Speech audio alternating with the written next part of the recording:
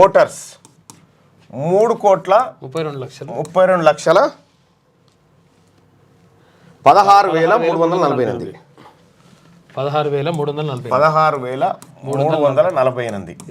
వీళ్ళు ఓటర్లు అంటే 18 సంవత్సరాలు నిండినటువంటి ఓటర్లు. ఇక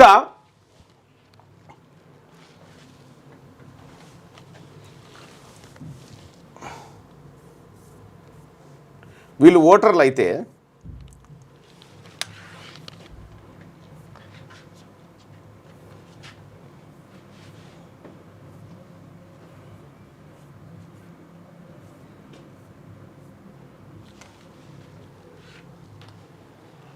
వీళ్ళు ఓటర్లు కదా, అంటే 18 సంవత్సరాల కింద ఉన్న వాళ్ళ లెక్క రావాలి ఇక, అంతే కదా. అంతే,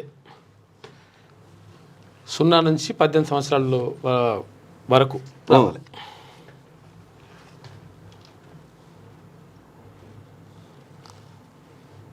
ప్రభుత్వ పాఠశాలలు జూనియర్ కాలేజీలు కూడా కలపాలి. 62,30,504 మంది. ఎందులో primary schools 1 to 5th,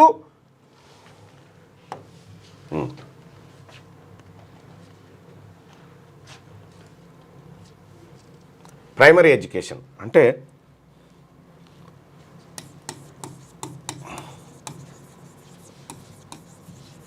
primary education వాళ్ళు ఎన్ని స్కూళ్ళు ఉన్నాయంటే ఇవి 20,530 స్కూళ్ళల్లో 10,35,781. ఆ తర్వాత అప్పర్ ప్రైమరీ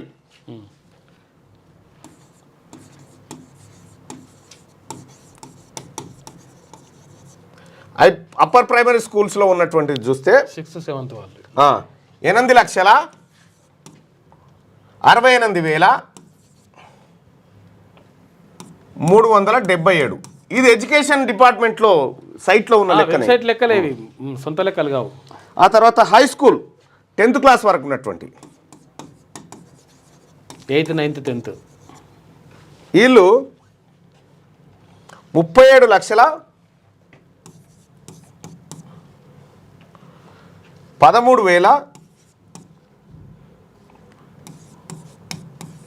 ఇది 40 మంది హై స్కూళ్ళల్లో ఉన్నారు. ఇక intermediate first year second year వీళ్ళు కలిపి ఇంటర్ ఫస్ట్ సెకండ్ వీళ్ళు 6,13,306.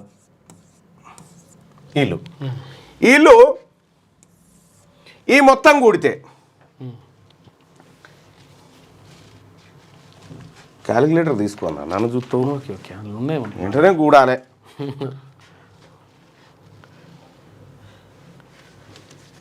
332 16 348 ప్లస్ 10 మొత్తం టోటల్ 62,305,4.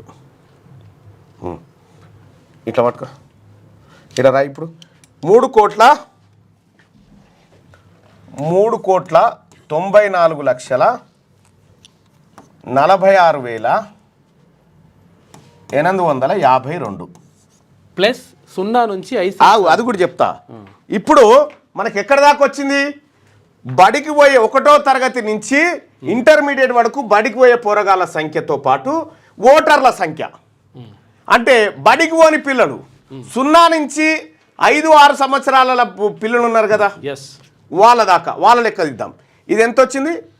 3,94,46,852 మంది వచ్చిరుగా. ఇగో 0 to 6 years అని అడుగుంటే వచ్చేస్తుంది. Child population 0 to 6 years 38,99,000. వెళ్ళిపోతుంది లెక్క. 0 to 6 years వీళ్ళు ఎంతమంది అంటే 38 లక్షల 38,99,000. ఇప్పుడు ఈ రెండు కూడితే 43,345 43 4 3 345 852 4 3 345 43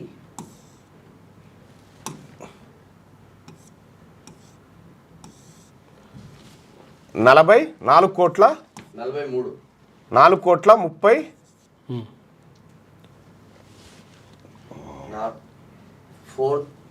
345 నెక్స్ట్ 4,35,00,000 345 34 లక్షల 852 సేమ్ రైట్. అంటే 4,34,05,852 మంది ఉండాలి తెలంగాణ జనాభా. ఇవి ప్రభుత్వ లెక్కల ప్రకారం 4,34,00,000 మంది ఉండాల్సిన జనాభాను 3,70,00,000 ఉన్నారని చెప్తా ఉన్నారు. అంటే ఇవి 30 అవి 34 64 లక్షల మంది. ఈ 64 లక్షల మందిలో దళితులు పోయిరు, ఆ తర్వాత ముస్లింల జనాభా తగ్గించేసిరు. 4,34,00,000 ఒరిజినల్ జనాభా, ఎస్ ఒరిజినల్గా ప్రభుత్వ లెక్కల జనాభా అనేది. లేదయ్యా డబుల్ ఓట్లు ఉన్నాయనుకుందాం, ఒక్క 10 లక్షలు తీసి 10 లక్షలు తీసేసేయి, 10 లక్షలు తీసి 4,24,00,000 అయితే వచ్చేస్తుంది కదా. 4,24,00,000 రావాలి కదా. ఎన్నో పేజీది? ఇక్కడ సైడ్ 292 పేజా? మాకు గంత పెద్దగా ఉందా ఇది మేనిఫెస్టో? 300 అదే 292 ఇంకా రా. 4 కోట్ల ఎంత కాదనుకున్నా 4,20,00,000 మంది జనాభాను 3,70,00,000 తీసుకొచ్చి బీసీలను 40 లక్షలు కట్ చేసిరు. 92 చాలు మళ్ళీ ఆగా పక్కన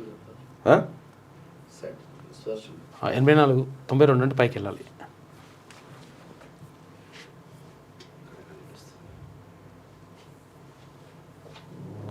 89 కొంచెం ఓకే. 98కి వచ్చినాగా అలా వేరే కనిపిస్తుంది.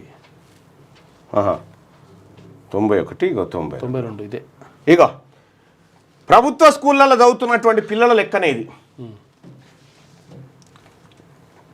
ఇగో 2022-23లో 62,30,000 మంది చదువుతారు. ఎస్ ఓన్లీ ప్రభుత్వ స్కూళ్ళు కాదు, అన్ని స్కూళ్ళలో ఓకే, అన్ని స్కూళ్ళలో కలిపి 62,32,000 మంది వీళ్ళు.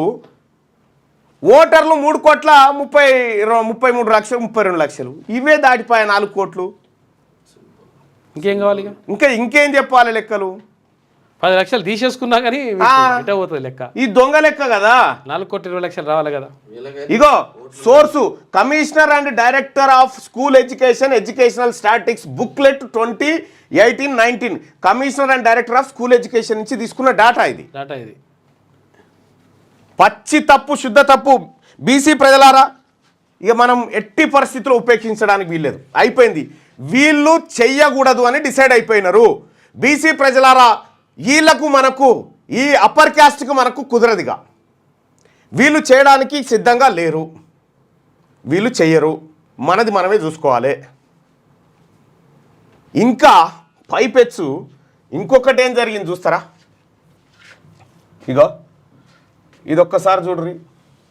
ఇగో Telangana budget allocation SC ST బీసీల కోసం బడ్జెట్ అలొకేషన్ ఎట్లా జరిగిందో చూడ్రి. మొత్తం 25 లక్షల కోట్లు పెట్టిరు బడ్జెట్ ఇప్పటి వరకు. 2014 నుంచి మొన్నటి దాకా 25 లక్షల కోట్ల వార్షిక బడ్జెట్ పెట్టిరు. వార్షిక బడ్జెట్ పెడితే దీంట్లో మీరు చెప్పినట్టు 56% అనుకుందాం. ఈ 25 లక్షల కోట్లలో 56% అంటే 50% పెట్టుకో. 12.5 లక్షల కోట్ల రూపాయలు ఓబీసీలకు రావాలి. 12.5 లక్షల కోట్లు. కానీ మొత్తం ఇగో వీళ్ళు ఇచ్చింది ఎంత చూడ్రి. ఇవన్నీ కూడితే కూడా 1,00,000 కోట్లు కూడా కావు. ఇవి వీళ్ళ ఖర్చు పెట్టింది లేదు. మళ్ళా 30,000 కోట్లు ఇగో 2014లో ఎస్సీల కోసం 3,256 కోట్లు పెట్టిరు, ఎస్టీలకు 1,540, ఓబీసీలకు 1,840 కోట్లు.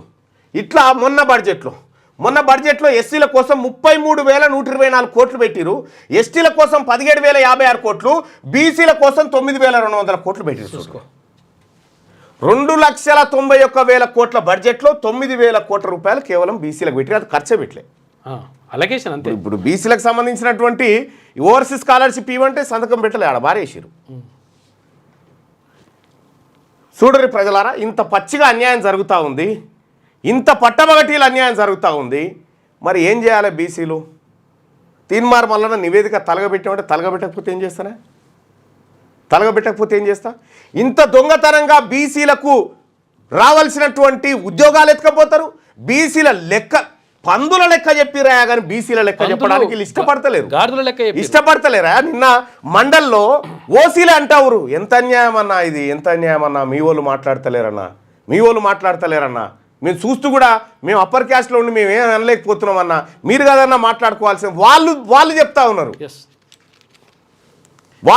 ఉన్నారు. నేను ఎమ్మెల్యేలు కూర్చున్నాం అనుకుంటున్నాను. డిప్యూటీ సీఎం గారు నేను అడిగితే ఊకో అంటున్నాడు.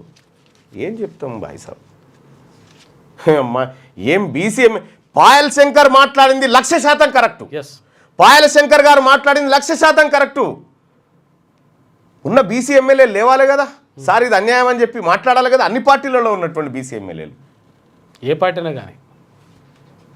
బీసీ ప్రజలారా, మనోళ్ళు బానిసలై ఉన్నారు ఆడ. మరి మీరందరూ కోరుకుంటారు, నేనైతే బానిసగా ఉండాలనుకోవట్లేదు, ఉండను కూడా. నేనైతే బానిసగా ఉండను. నాకు బీసీ ప్రజలా మీరా అంటే నాకు బీసీ ప్రజలే ముఖ్యం, వీళ్ళు అవసరం లేదు నాకు. నిన్న మండల్లో మాట్లాడదంటుంది, బీసీ అంశం సామాజిక సర్వేలు ఎక్కువ వచ్చినప్పుడు నాకు మైక్ ఇయ్యలే. ఎస్సీలకు సంబంధించినటువంటి అంశంలో మైక్ ఇచ్చారు నాకు. ప్రజలారా, ఒకటైతే క్లియర్గా నాకు అర్థమైంది, వీళ్ళు ఇంట్రెస్ట్గా లేరు. 42% రిజర్వే మేనిఫెస్టో వచ్చిందా? ఏది ఇది? మేనిఫెస్టో కాదా సార్, సోషియో ఎకనామిక్ సర్వే ఇది.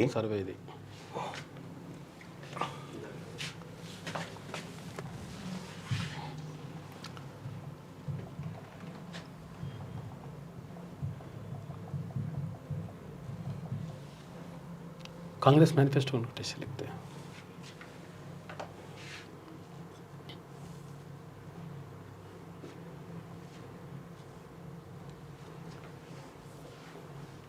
నలభై 42 పేజీల మేనిఫెస్టో ఇది.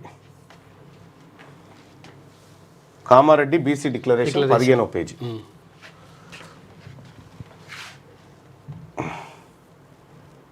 ఇది 6, 7, 8, 9, 10, 12 మైనార్టీ డిక్లరేషన్. ఇంకో కామారెడ్డి డిక్లరేషన్. ఇందులో ఏం చెప్పారు? Reservations, BC reservation will be increased based on caste census and BC commission report within 6 months of assuming power. అధికారంలోకి వచ్చిన 6 నెలల లోపల బీసీల రిజర్వేషన్ పెంచబడుతుంది క్యాస్ట్ సెన్సస్ ఆధారంగా. Increase BC reservation to 42% from the existing 23 in local bodies to provide 23,973 new political leadership positions for BCs in panchayat and municipalities. Provide subcategorization in BC reservation in local bodies. 42% reservation for BCs in government civil construction and maintenance contractలలో. Mahatma Jyotiba Phule BC subplan to be given statutory status and adequate funds in the first assembly session. Spends 20,000 కోట్ల రూపాయలు బీసీల కోసం ఖర్చు పెడతాన్నారు. 5 ఏళ్లలో 1,00,000 కోట్లు పెడతాన్నారు. 9,000 కోట్లు పెట్టిరు, రూపాయి ఖర్చు పెట్టిరు లేదో ఇప్పుడు ఎవరికి తెలియదు. ఇక్కడ మాకు చెప్పింది రిజర్వేషన్ పెంచుతామనేటువంటి మాట చెప్పిరు. 42% రిజర్వేషన్ ఇస్తామని చెప్పిరు, కానీ 42% సీట్లు ఇస్తామన్న మాట కాదు. మేము సీట్ల కోసం అయితే మేమెందుకు కోట్లు వేస్తాం? మాకు 42% రిజర్వేషన్ కావాలి. కాబట్టి ఇది తప్పుడు లెక్క. ఇది ఈ పోతున్నటువంటి విధానం తప్పుడు విధానం. ఎట్టి పరిస్థితిలో దీన్ని అంగీకరించడానికి సిద్ధంగా లేము. తెలంగాణ ప్రజలారా, లైవ్ చూస్తున్నటువంటి మిత్రులారా, ఇక్కడ ఒక మాట మీరు గమనించి చెప్పండి. కాంగ్రెస్ పార్టీ ప్రభుత్వం ఏది తెలంగాణ ప్రభుత్వం ప్రజలను మోసం చేసిందా? 100% బీసీలకు మోసమే చేసింది. 100% బీసీలకు ఇక మోసమే చేసింది. నో డౌట్ ఏం లేదనలా. ఇక పాపం నమస్తే తెలంగాణ వాళ్ళు నిన్న నుంచి పాప తీన్మార్ మళ్ళీ నాకు నోటీసులు నీ ఊరి నాయన, ఇంకా నువ్వు ఏ కాలంలో ఉన్నావు నాయన? పోయి గాంధీ భవన్ కాడికి పోయి మా మహేష్ కుమార్ గౌడ్ గారి కాళ్ళు పట్టుకో, ఒక్కసారి నోటీస్ సర్వ్ చేయి తీన్మార్ ఒక నోటీస్. మీరు కూడా చాలా మంది నేను మినిమం ఒక 100-150 బొమ్మలన్నా నాయి కాలువాలి, కానీ 1-2 కాలిస్తే ఎట్లనే? మీరు కాలువాలి, మా బీసీలు చూడాలి దాన్ని. రాష్ట్ర వ్యాప్తంగా దేశవ్యాప్తంగా కాలువరి ఎట్లా? మీరు ఇట్లా పల్సగా చేస్తే ఎట్లా? పొడిగా చేస్తే ఎట్లయితుంది? దయచేసి ఇవాళ కనీసం 120-150 బొమ్మలన్నా నా ఇది తలగబెట్టాలని చెప్పి నేను ఆ సోదరులకు చెప్తా ఉన్నా. ఎట్టి పరిస్థితుల్లో తలగబెట్టాలి. తలగబెట్టకపోతే మీలో ఐక్యత లేదన్నట్టే. మీరు తలగబెట్టాలి, దాన్ని మా ప్రజలందరూ చూడాలి. తెలంగాణ ప్రభుత్వం బీసీ ప్రజలను మోసం చేసిందని మీరు భావిస్తున్నారా? రైట్. బీసీలను మోసం చేసింది అని 83% మంది అభిప్రాయపడతా ఉన్నారు. బీసీలను మోసం చేసింది. కాంగ్రెస్ పార్టీ విధానం కరెక్టే ఉంది, ప్రభుత్వం మోసం చేసింది. కాంగ్రెస్ పార్టీ విధానం, మా నాయకుడు రాహుల్ గాంధీ గారి విధానం కానీ, మా నాయకుడు మహేష్ కుమార్ గౌడ్ విధానంలో కానీ మార్పు లేదు. కానీ ప్రభుత్వం మోసం చేసింది. ఇక్కడ ప్రభుత్వంలో ఉన్నటువంటి కొంతమంది అగ్రకులాల వాళ్ళు చేసినటువంటి మోసం ఇది. అగ్రకులాల వాళ్ళు చేసినటువంటి మోసం. ఖుద్దు మా నాయకుడు రాహుల్ గాంధీ గారు పార్లమెంట్లో మాట్లాడుకుంటే ఈ మాట చెప్పిండు, ఏ బీసీ ప్రజలారా, బీసీ ఓటర్లారా అని చెప్పి. చూసిరా, ఓబీసీ ప్రతినిధులారా మీరు అక్కడ కూర్చున్నారు, మీకు పవర్ లేదు కానీ మీరు నోరు తెరుస్తలేరని చెప్పి మా నాయకుడు రాహుల్ గాంధీ గారికి చెప్తా ఉన్నాడు. నోరు తెరవండి ఓబీసీలారా అని చెప్పి చెప్తా ఉన్నాడు. నేను నోరు తెరుస్తా ఉన్నా.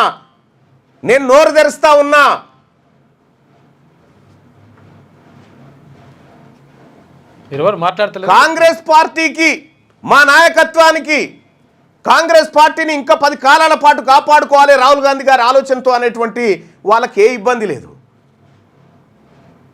తీన్మార్ మల్లన్నకు నోటీసులు ఎందుకు? మమ్మల్ని ఏమన్నాడు, మీ అయ్య జాగిరా పార్టీ ఏమన్నది, అది మాది, బీసీలది మాది. ఆ పార్టీని వాడుకొని మీరు పెత్తనం చేసుకుంటా ఇది నడవదు. ఈ ధమ్కీలు, ఈ బెదిరిస్తామంటే నడవదు. ఎట్టి పరిస్థితుల్లో బీసీలు ఊరుకునే పరిస్థితిలో లేరు. బీసీలకు అన్యాయం జరిగితే పండబెట్టి కూడా తొక్కుతారు. అర్థమైందా? బీసీలకు అన్యాయం జరిగితే ఏదో మీ ఎమ్మెల్యేలు మాట్లాడతలేరంటే వాళ్ళ పరిస్థితి జనానికి ఎరికే వాళ్ళు చూసుకుంటారు. జనం చూసుకుంటారు వాళ్ళ పని.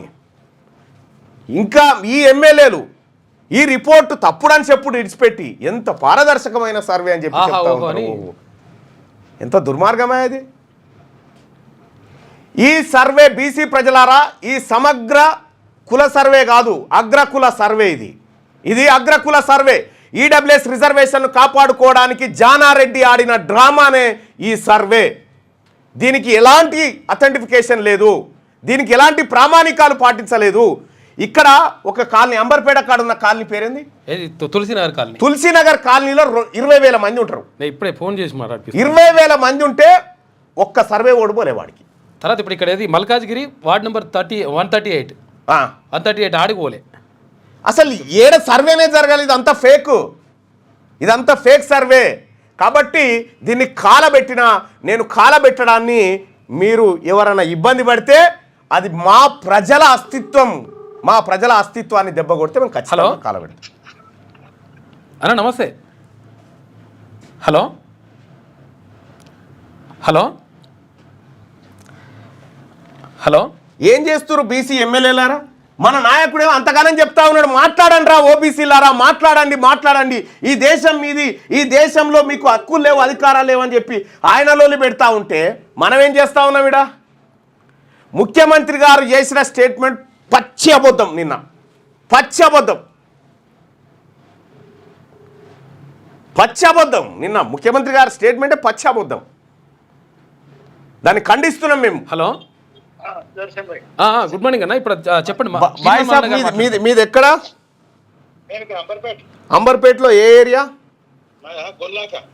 గోల్నాకలో. ఇప్పుడు మీ ఏరియాలో ఈ సమగ్ర కుల సర్వే చేసిరా? సమగ్ర సర్వే మా ఇంటికే రాలేదు. సమగ్ర ఇంట్లో చెప్పాలి, మీ కాలనీకి వచ్చిరా? పోనీ మా కాలనీలో కూడా ఒక ఇంటికి కూడా ఒక స్టిక్కర్ లేవు డోర్లో. ఇగో ఇది కథ. ఎందుకు చేస్తారు ఈ దొంగ సర్వేలు? ఎవరిని మభ్య పెట్టడానికి? జానారెడ్డి గారు, గోల్నాక దగ్గర ఖబర్దార్. బీసీల తరపున చెప్తా ఉన్నా, ఇలా నువ్వు బీసీల ద్రోహిగా నిన్ను ప్రకటిస్తా ఉన్నాం. బీసీల ద్రోహిగా నిన్ను ప్రకటిస్తా ఉన్నాం. నువ్వు చేసిన మోసమేది, నువ్వు చేసిన కుట్రనే ఇది. రాహుల్ గాంధీ సాబ్, మీరు అక్కడ చెప్తున్నది ఇక్కడ వీళ్ళు దొంగ లెక్కలు చేసిరు. ఇక్కడ బీసీలను మోసం చేస్తా ఉన్నారు వీళ్ళు అధికారం కోసం. మీరు అధికారాన్ని కాపాడుకుంటాం 10 కాలాల పాటు మీరు కాపాడుకోలేరు. మీరు అధికారం మీరు కాపాడుకోలేరు. ఈ అధికారం మాది, బీసీలది. ఇలా 40 లక్షల మంది బీసీలను చంపేస్తావా నువ్వు లెక్కలు చేసి? 33 లక్షలు ఉన్నటువంటి ఓసీలను, ఓసీలు 10 ఏళ్లలో 16 లక్షల మందిని కన్నారు. హలో, గుడ్ మార్నింగ్ అన్న.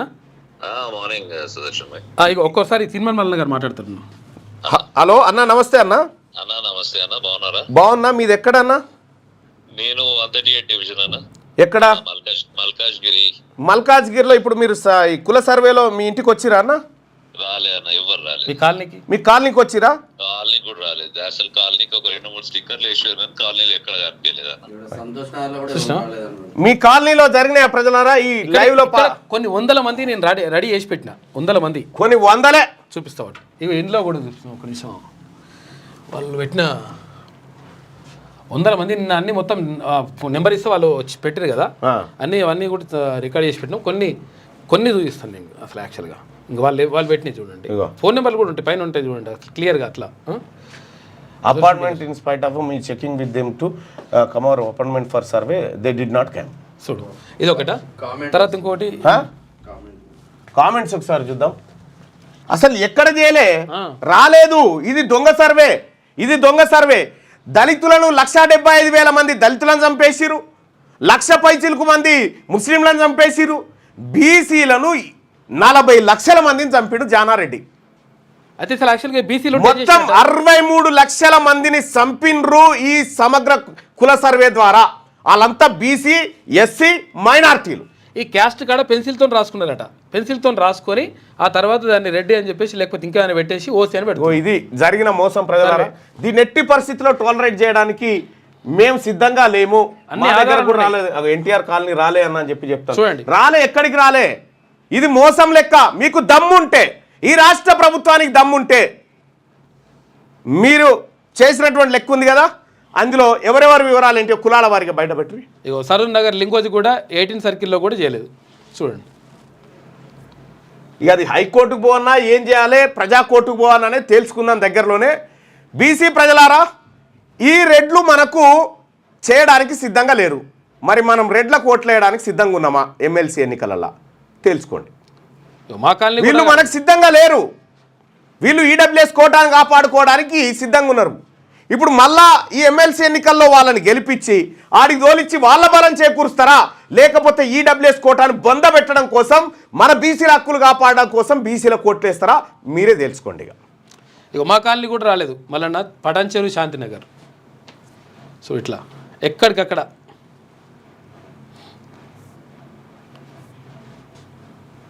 ఇంకా ఎందుకు కాంగ్రెస్ పార్టీ మోసం చేయలే బాయ్ సాబ్. కాంగ్రెస్ పార్టీ క్లియర్ గానే ఉంది. కాంగ్రెస్ పార్టీ విధానాన్ని అమలు చేయాల్సిన ప్రభుత్వంలో ఉన్న పెద్దలు మోసం చేసిరు. ప్రభుత్వంలో ఉన్న అగ్రవర్ణాలు మోసం చేసిరు. రాహుల్ గాంధీ గారు క్లియర్గా ఉన్నారు, మహేష్ కుమార్ గౌడ్ గారు క్లియర్గా ఉన్నారు. వీళ్ళు లేరు. ఈ ప్రభుత్వంలో కూర్చున్నటువంటి వాళ్ళు లేరు. మంత్రి పదవుల కోసం ఆశపడి బీసీలడా మోకరిల్లి కూర్చున్నారు. బీసీ ఎమ్మెల్యేలు మోకరిల్లి కూర్చున్నారడా మంత్రి పదవుల కోసం. నేను చెప్తా ఉన్నా, మీరు రాసి పెట్టుకోరు. ఇవే మీకు చివరి ఎన్నికలు అవుతాయి బీసీల పక్షాన. లేకపోతే ఇవే చివరి ఎన్నికలు అయితే పక్కా. కాబట్టి బీసీ ప్రజలారా, వాళ్ళు మనకు ఏది ఇవ్వడానికి సిద్ధంగా లేరు.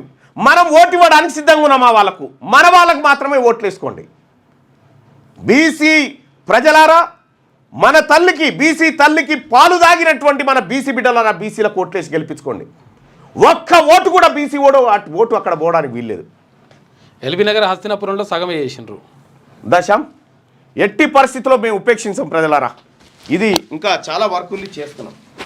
క్యూ న్యూస్ ఛానల్లో పనిచేయటకు అనుభవం గల సీనియర్ వీడియో ఎడిటర్స్ కావాలను సంప్రదించవలసిన నెంబర్ 8688926084. qnewsads@gmail.com ను సంప్రదించండి. లైక్ చేయండి.